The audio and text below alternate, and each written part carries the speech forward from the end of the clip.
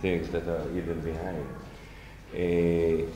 We recommend not to leave passports as for guaranteed. rentals, Yeah. yes. First of all, passport doesn't belong to the person, it belongs to the country. Okay. Not so many people know about that. No. It's written on some countries on the passport. By the way. Yes. Yeah. And secondly, it's illegal in Thailand. Nobody can take your passport. Yeah.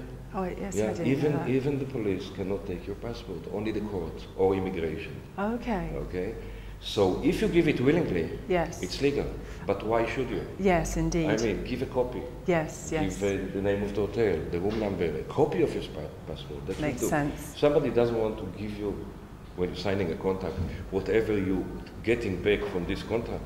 Go to another place. There's so many in Samoa. Okay. Nice people that are willing to give the service in the right way. So don't go to people that are insisting on something that can make troubles in the future. So, might or not, yes, but why take the chance? Yeah, good advice. Yeah. So just take care with your passport and keep a copy on you for things like hiring cars, motorbikes, jet skis, anything else. Whatever whatever you sign a contract. Okay, you thanks get for that. Don't leave your passport. When you're going around, don't forget, and we have some problems that were in the past that started from not understanding that you are in Thailand and you are in the land of smiles, but they understand, behave differently, okay? Yes. And differently, to my opinion, for the good side. But tourists don't understand it, okay?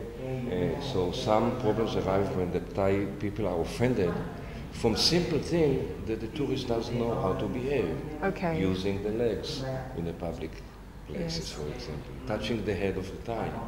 It's very unpolite in Thailand. Things like that make the Thai offended, like they feel like either it's not polite or somebody do something that is wrong for them. Yes. But the tourist is innocent, he doesn't know.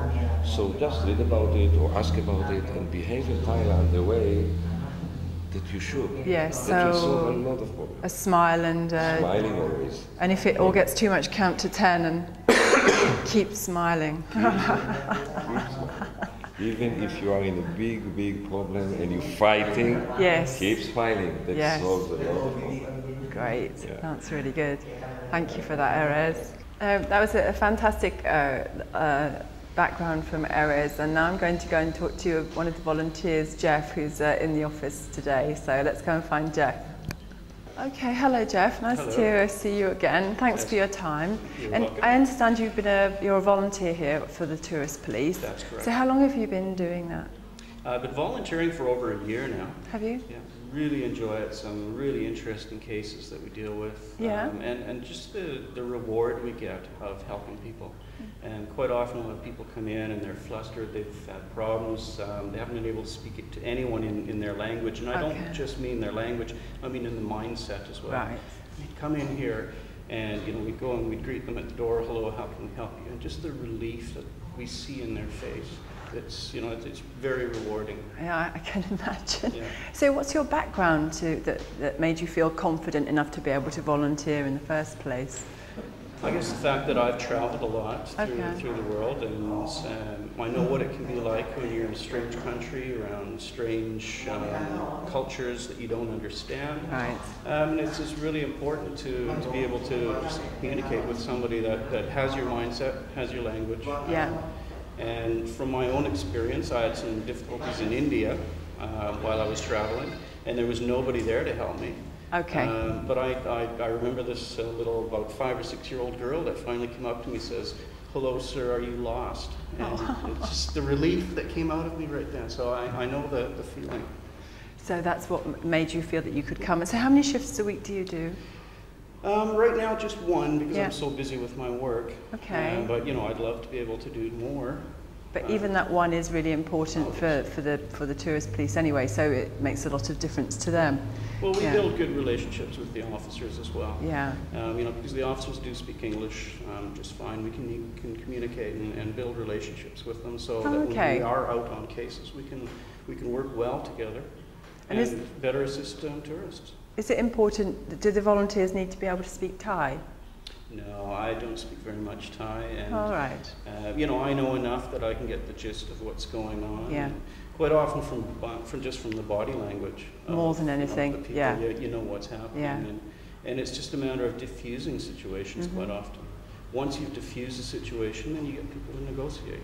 Okay, fine. And I think the service is also here for people who are living on the island, not just for tourists. So if somebody like myself has a problem and we don't know where to start to get some help, or something a bit peculiar happens, then maybe the tourist police is possibly a good start. Peculiar on this island? Yeah, exactly. Definitely. You know, anyone can phone us up. Yeah. Living here on a tourist, any phone, landline or mobile. For the tourist police, 1155, and it comes right here. Okay. To our phone. And there's quite often a English-speaking or different language-speaking volunteer. If somebody phones in and only speaks German, we can phone our officers, our German-speaking officers. And get them to help. Get them to help. Oh, that's brilliant. Yeah, so is there anything that particularly sticks in your mind that you want to make a point of to anyone who's at home or in their hotel watching this today? How much time do we have? It's short. One of the biggest problems, I think, would be damage to rented vehicles. Okay. Doesn't matter what kind of rented vehicle. And if you rent a car back in your own country, you're going to go over it and, you know, there's a little scratch here, Yes. there's a ding on the tire. But here, you don't. You just, here's the key, off you go. Yeah. That's the wrong thing to do. You must mark all the damage that's on the bike before you rent it. Araz mentioned not giving your passport. Yes. The best thing to do, pictures don't lie. Take pictures of it. You've got a phone with a camera. Yeah. All phones have cameras. Take some really good detailed pictures of the machines. So anything you're hiring, if there's a potential for any problem afterwards with regard to was that there before, get the photographs and yeah, okay, fantastic. Because there's no disputing that. And that protects everyone. The Thais, tourists, everyone. Oh, it's really interesting. So, and what would you hope for? So you need some more volunteers to help you take the pressure off a bit.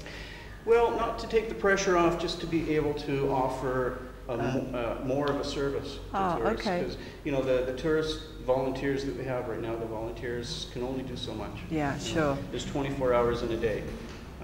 People are always having, you know, difficulties throughout the day. And, you know, sometimes we just can't be here all the time. So if there's more volunteers, then we can have more shifts. And I think often we need some advice and help, which possibly we think we shouldn't necessarily come to the. I'd be reluctant to come to the tourist police, and I think you're helping to create something which might be the answer, aren't you, with the help centre? Definitely, yeah. What we're putting together is a centre where people that need some information, they found themselves in a bit of a problem somewhere. Before going to the police or going to the tourist police, they phone the Samui Help Centre first, right, and get some information on what to do. And it doesn't mean you have to be in an emergency situation. No. Just phone or even come into the office and sit down and talk with us. So what sort of thing would that cover, do you think? The help centre, general information, advice, just don't know where to start with something in particular? Just, again, somebody to speak your language. Yeah. You know, quite often you might go into a travel agent and they're trying to sell you something. Oh, yes. You know, and you're not sure what's the best thing. Phone us up. We'll let you know. On the new help centre? Yeah. Oh, brilliant. So we can put that number, the number will be across the screen for the help centre. And the website as well,